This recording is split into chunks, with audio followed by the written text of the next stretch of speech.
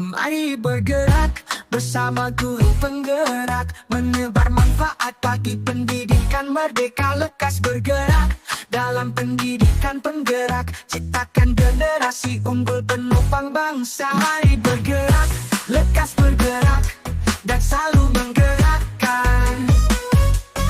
Mari bergerak, lekas bergerak, dan selalu menggerakkan. Mari bergerak bersama guru penggerak, menebar manfaat bagi pendidikan merdeka. Lekas bergerak dalam pendidikan penggerak, ciptakan generasi unggul penopang bangsa. Mari bergerak, lekas bergerak, dan selalu menggerakkan. Mari bergerak, lekas bergerak, dan selalu menggerakkan.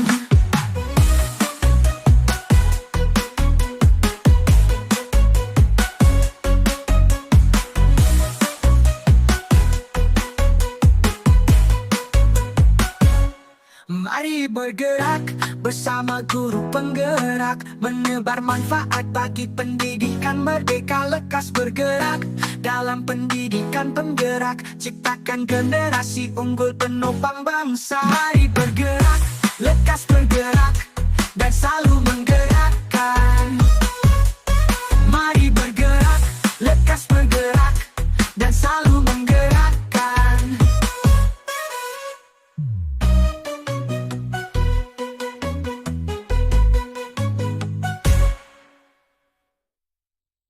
Mari bergerak bersama guru penggerak, menebar manfaat bagi pendidikan merdeka. Lekas bergerak dalam pendidikan penggerak, ciptakan generasi unggul penopang bangsa. Mari bergerak, lekas bergerak, dan selalu menggerakkan. Mari bergerak, lekas bergerak, dan selalu menggerakkan. Mari bergerak bersama guru penggerak, menebar manfaat bagi pendidikan merdeka.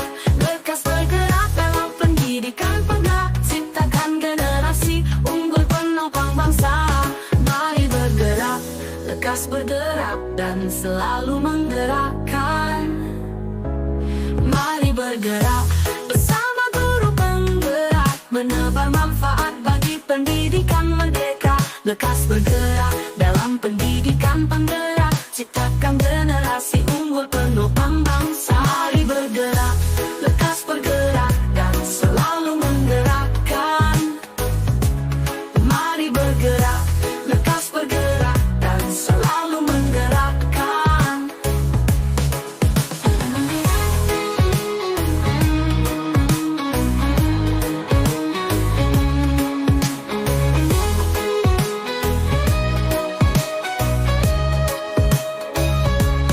Mari bergerak bersama guru penggerak, menebar manfaat bagi pendidikan merdeka. Lekas bergerak dalam pendidikan penggerak, ciptakan generasi unggul penopang bangsa. Mari bergerak, lekas bergerak, dan selalu menggerakkan. Mari bergerak, lekas bergerak, dan selalu menggerakkan.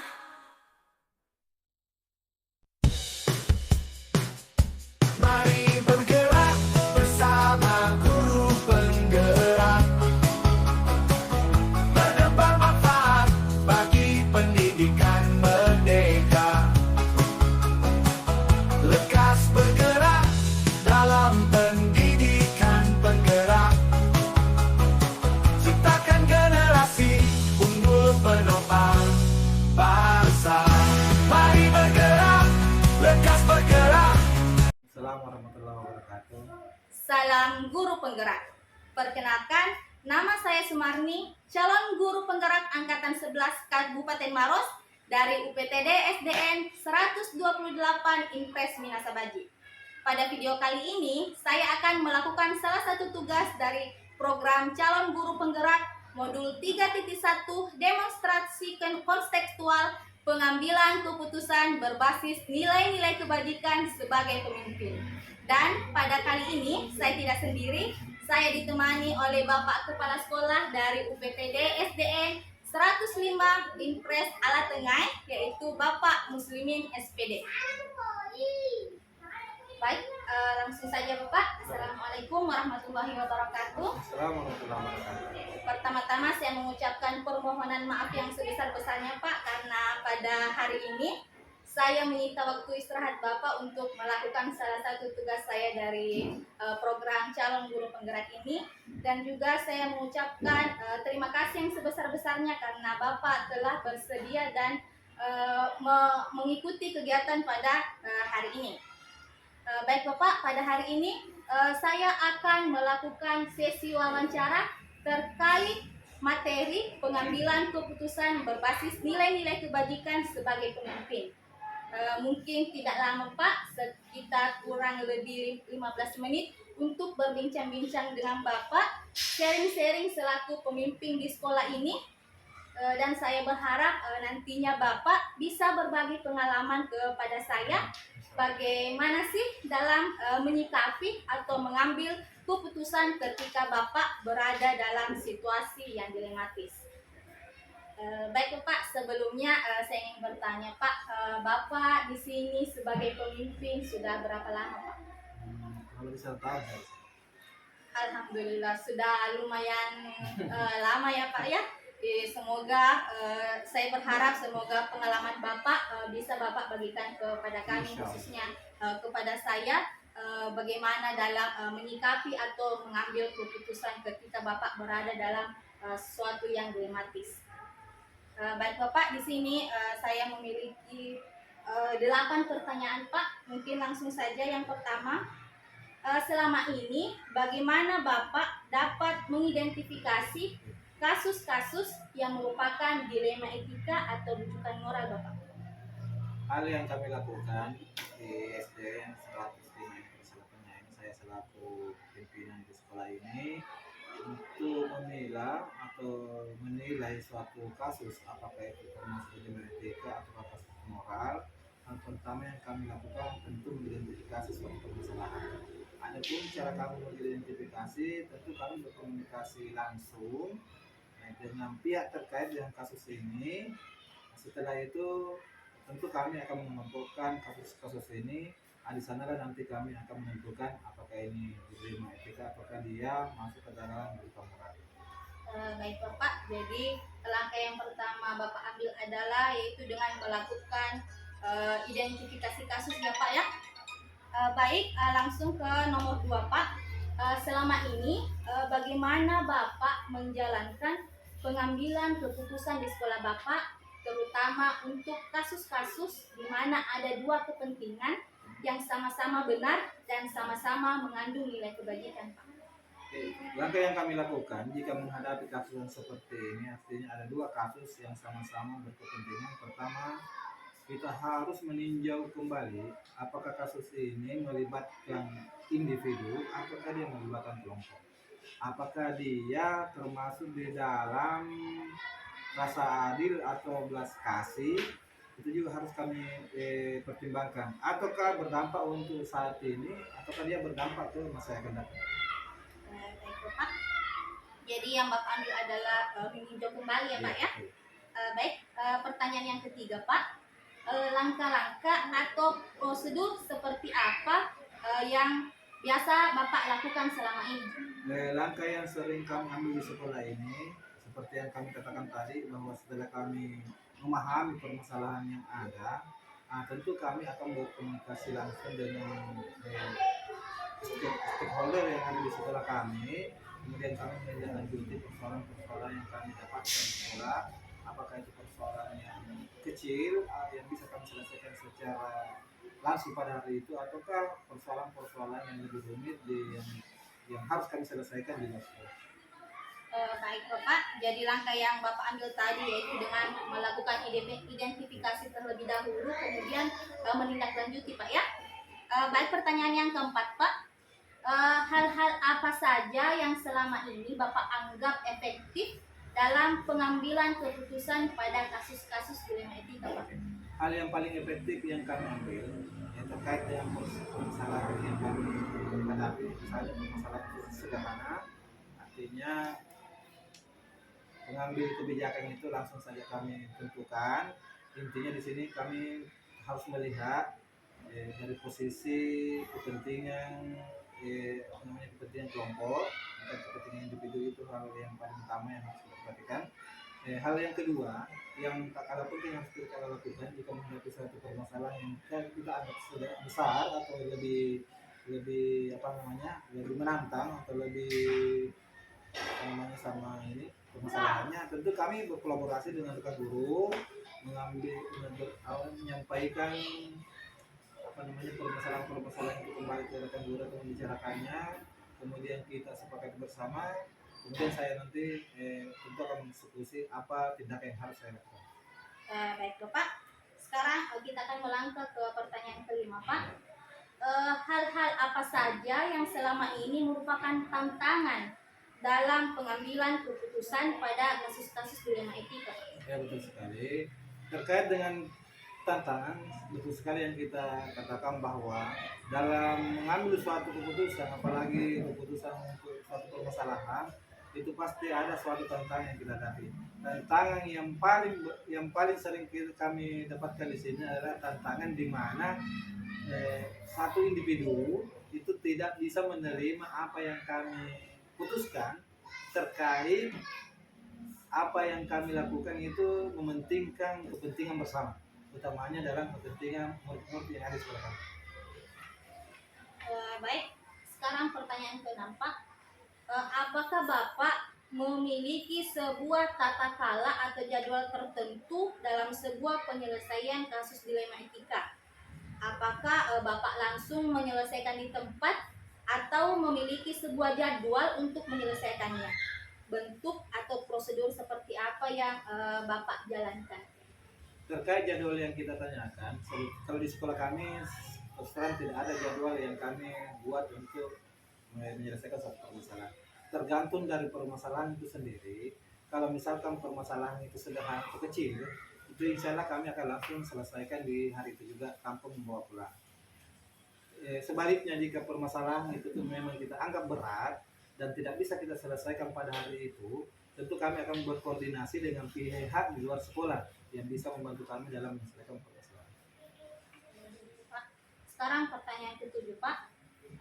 Apakah seseorang atau faktor-faktor apa yang selama ini mempermudah atau membantu Bapak dalam pengambilan keputusan dalam kasus-kasus dilema etika, Pak? Faktor-faktor yang mendukung sehingga saya membantu saya dalam mengambil suatu keputusan, tentu faktor pertama adalah berkolaborasi dengan rekan-rekan guru atau stakeholder yang ada di sekolah. Yang pertama. Kedua, tentu komunikasi yang baik dengan pengawas bina yang ada di wilayah kami. Selanjutnya berkoordinasi dengan baik juga dengan pihak komite yang aktif di sekolah kami. Baik Bapak, jadi tadi yang intinya itu ada berkolaborasi dengan rekan guru, kemudian berkomunikasi dengan pengawas bina, dan yang terakhir adalah berkoordinasi. Baik, sekarang pertanyaan terakhir Bapak atau yang ke-8. Dari semua hal yang telah Bapak sampaikan, pembelajaran apa yang Bapak petik dari pengalaman Bapak dalam mengambil suatu keputusan dilema etika, Pak? Pengalaman yang paling bermakna yang kami alami selama ini, pertama, bahwa dalam menyelesaikan suatu permasalahan, hal pertama yang harus kita lakukan adalah mengidentifikasi permasalahan itu sendiri dulu, terlebih dahulu.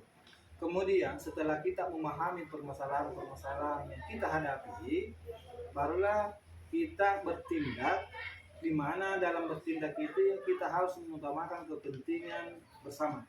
Nah, jadi kepentingan pribadi itu nanti kita merduakan atau nanti kita selesaikan dulu kepentingan umum, baru kita ke kepentingan pribadi.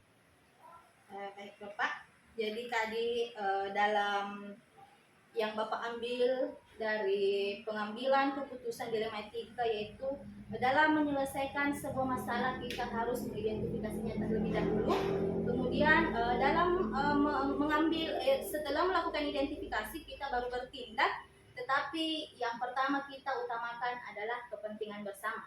Seperti itu Pak. Baik, terima kasih atas waktunya selama ini sejauh ini Pak. Saya ucapkan terima kasih banyak.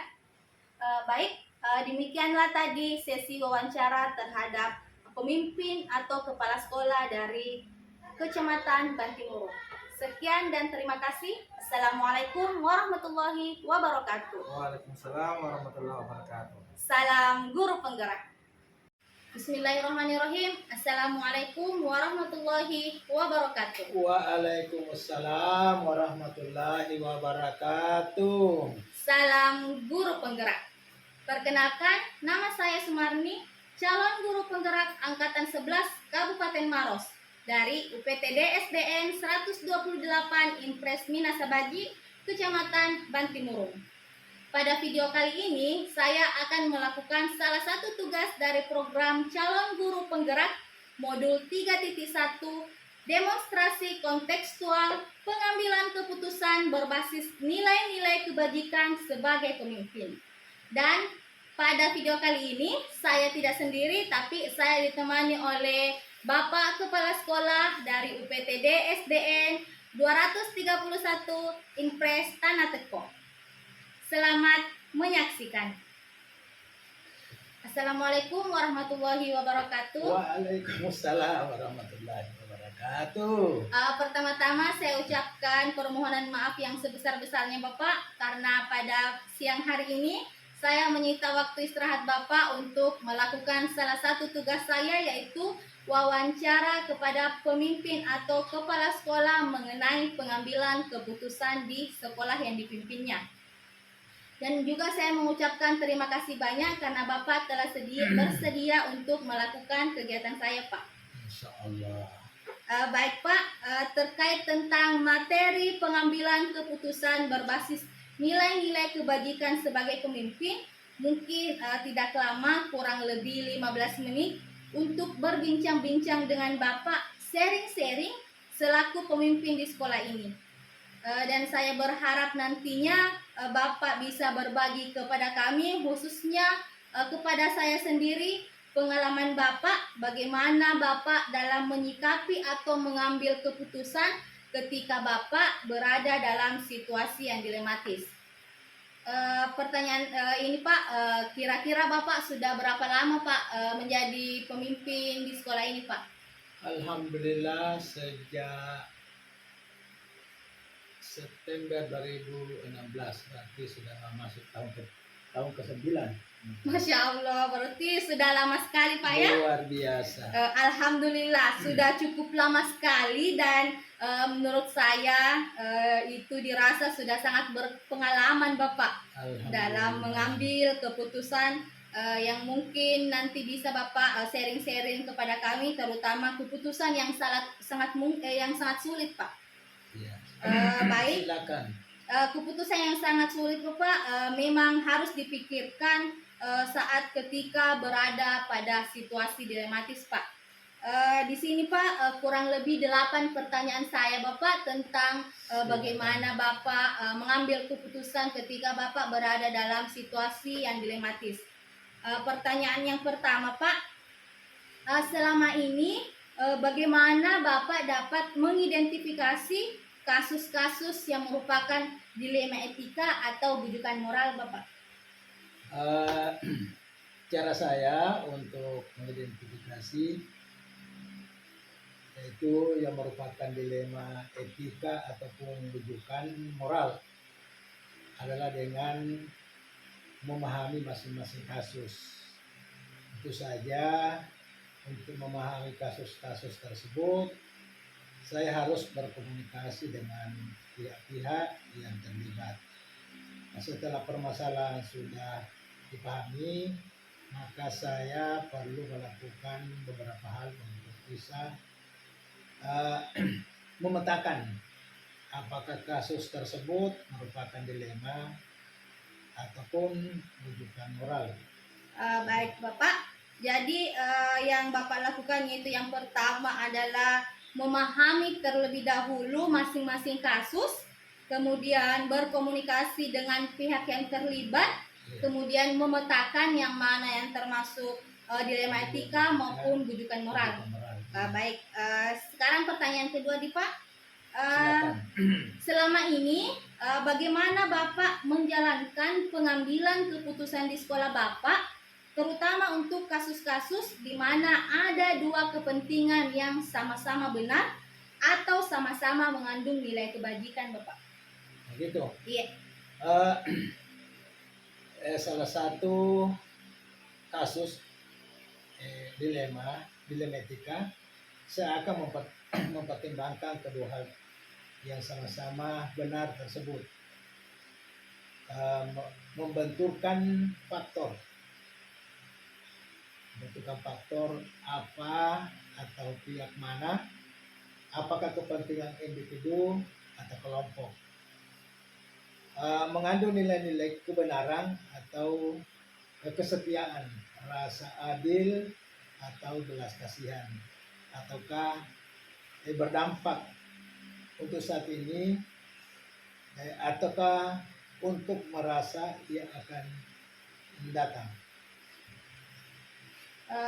Baik Bapak, jadi Bapak dalam pengambilan keputusan yang pertama itu pembentukan faktor apakah termasuk individu atau kelompok, kemudian rasa adil dan rasa kasihan, dan juga mempertimbangkan saat ini dan saat yang akan datang. Seperti itu Pak. Iya. Selanjutnya pertanyaan yang ketiga, langkah-langkah atau prosedur seperti apa yang biasa Bapak lakukan selama ini Pak? Hal-hal seperti itu, langkah-langkah yang saya ambil adalah suara hati yang harus sejalan untuk memilih kebenaran dengan mempertimbangkan kepentingan murid. Jika kasus itu berhubungan dengan murid dan pada intinya keputusan yang saya ambil adalah yang berpihak pada murid atau mementingkan kepentingan orang banyak daripada kepentingan pribadi yang saya lakukan. Baik Pak, jadi intinya di sini adalah mengikuti suara hati dengan mempertimbangkan yang di sini berpihak kepada murid dan kepentingan orang banyak. Baik.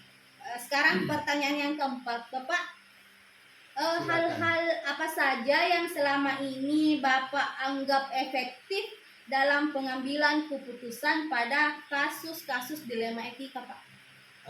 Dalam kasus pengambilan keputusan dengan dilema etika, hal efektif yang perlu dilakukan adalah dengan menyederhanakan pokok permasalahan dan membangun kebijaksanaan itu yang saya lakukan. Baik, jadi yang Bapak lakukan adalah menyederhanakan pokok permasalahan nih Pak. Iya. Dan membangun kebijaksanaan. Oke, dan membangun kebijaksanaan. Iya. Baik Bapak. Ya, pertanyaan yang kelima, hal-hal apa saja yang selama ini merupakan tantangan dalam pengambilan keputusan pada kasus-kasus dilema etika, Pak? Tantangan? Iya, Pak. Hasil keputusan yang diambil mungkin akan ada pihak-pihak yang tidak dapat menerima sepenuhnya. Proses untuk dapat memahamkan sebagian orang untuk secara ikhlas menerima dan menjalankan keputusan menjadi sebuah tantangan sebagai seorang pemimpin dan mengambil keputusan karena terkadang sebuah peraturan tidak sepenuhnya dijalankan dengan adanya kebijakan. Baik Bapak. Jadi tantangannya lumayan berat ya Pak ya? Luar biasa, bukan lumayan. Luar biasa. Baik, kalau begitu kita melangkah ke pertanyaan ke-6 Pak. Apakah Bapak memiliki sebuah tata cara atau jadwal tertentu dalam sebuah penyelesaian kasus dilema etika? Apakah Bapak langsung menyelesaikan di tempat atau memiliki sebuah jadwal untuk menyelesaikannya? Bentuk atau prosedur seperti apa yang Bapak jalankan? Kalau persoalan jadwal itu tidak ada jadwal. tidak ada jadwal tertentu dalam hal menyelesaikan sebuah kasus. Prioritasnya kasus mana yang perlu diselesaikan secepatnya tergantung dari jenis kasus dan pentingnya kasus tersebut diselesaikan secepatnya agar tercipta lingkungan sekolah yang sehat dan kondusif. Jadi intinya di sini Pak tidak ada jadwal tertentu, Tidak ada jadwal tertentu. tergantung pada kasus. Apabila ada yang lebih urgent Pak Di, Iya, atau yang Yang membutuhkan lebih- waktu yang lama yang tidak terlalu. Iya, itu. Baik Pak, sekarang pertanyaan ke-7 Pak. Apakah ada seseorang atau faktor apa yang selama ini mempermudah atau membantu Bapak dalam pengambilan keputusan dalam kasus-kasus dilema etika Pak? Kalau hal itu yang dijalankan, komunikasi yang baik dengan semua warga sekolah, Iya. pengelolaan emosi yang baik, dan pemahaman tentang teori pengambilan keputusan sebagai seorang pemimpin menjadi faktor yang mempermudah dan membantu dalam pengambilan keputusan. Itu yang saya lakukan. Baik, jadi faktor-faktor yang mempengaruhi yang pertama itu adalah yang paling utama adalah komunikasi, kemudian pengelolaan emosi, dan yang paling penting juga adalah teori tentang pengambilan keputusan. Mungkin ini pertanyaan terakhir Pak. Dari semua hal, Cuma 8 pertanyaan. iya 8 Ji Pak. Baik. Saya kira lebih dari 10 ini pertanyaan. Oke, 8, silakan. Baik, yang terakhir Pak. Dari semua hal yang telah Bapak sampaikan tadi, pembelajaran apa yang Bapak petik dari pengalaman Bapak dalam pengambilan sebuah keputusan dilema etika Pak? Dalam mengambil sebuah keputusan, maka mengidentifikasi jenis kasus harus bisa dilakukan lebih awal dengan melakukan pengujian, lalu lakukan pengujian apakah benar atau tidak untuk dapat menentukan paradigma apa yang akan kita pilih sehingga keputusan bisa diambil semua dengan prinsip-prinsip yang tidak merugikan murid. Itu yang saya lakukan. Baik, jadi pengalaman yang Bapak ambil dari pengambilan sebuah keputusan dilema etika, yang pertama tadi adalah mengidentifikasi lebih awal. Ya, Jadi buru-buru ke identifikasi Pak Di. Iya. Kemudian pengujian benar Benar atau salah. atau salahnya dalam suatu pengambilan keputusan ini Pak. Baik Pak, terima kasih atas kesempatan yang telah diberikan kepada saya Bapak dalam melakukan salah satu tugas dari program yang saya ikuti Pak. Saya ucapkan lagi terima kasih banyak. Ya, assalamualaikum warahmatullahi wabarakatuh. Waalaikumsalam warahmatullahi wabarakatuh. Sering-sering kemari ya jika memang butuh, silakan. Siap Pak. Baik, demikianlah tadi video wawancara terhadap pemimpin atau kepala sekolah dalam pengambilan keputusan berbasis nilai-nilai kebajikan sebagai pemimpin. Lebih dan kurangnya mohon dimaafkan. Assalamualaikum warahmatullahi wabarakatuh. Waalaikumsalam warahmatullahi wabarakatuh. Salam guru penggerak.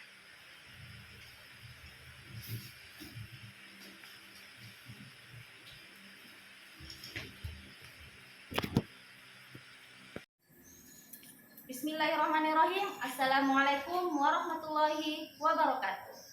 Salam guru penggerak.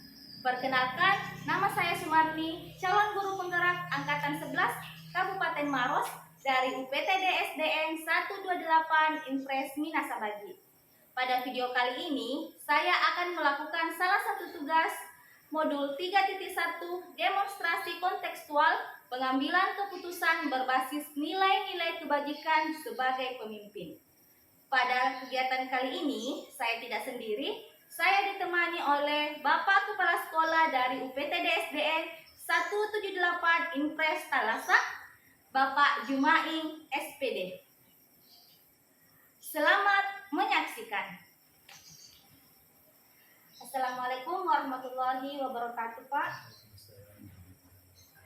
Pertama-tama saya mengucapkan permohonan maaf yang sebesar-besarnya karena saya telah menyita waktu Bapak untuk beristirahat dalam melaksanakan salah satu tugas saya pada program calon guru penggerak ini.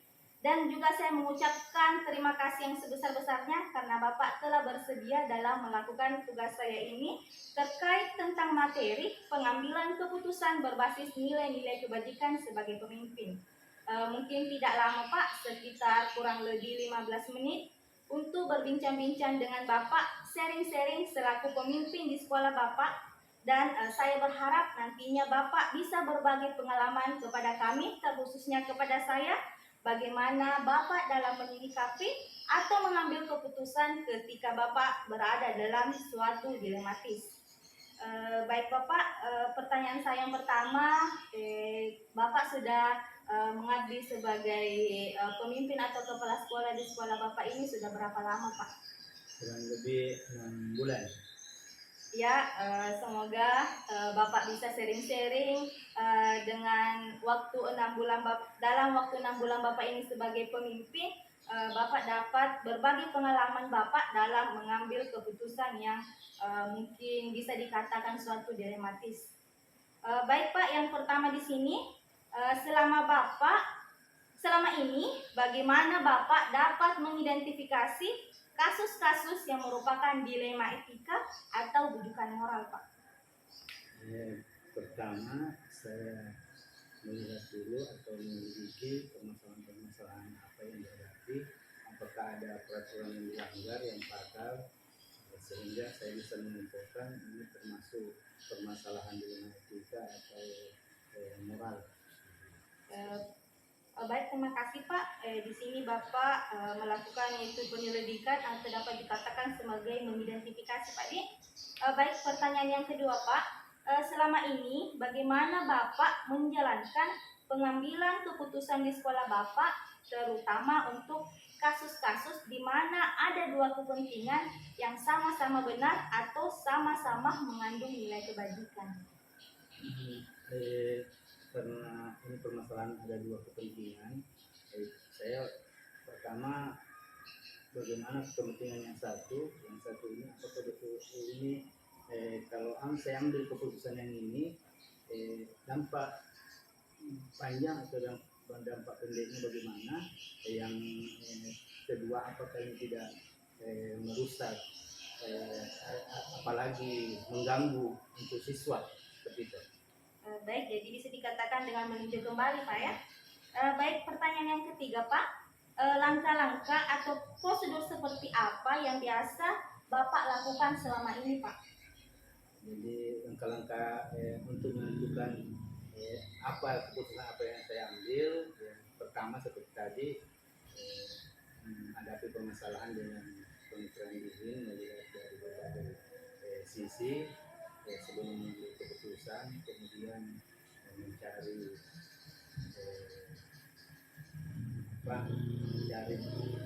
apa yang menyebabkan permasalahan tersebut, sehingga guru yang melakukan permasalahan itu dapat memberikan solusi.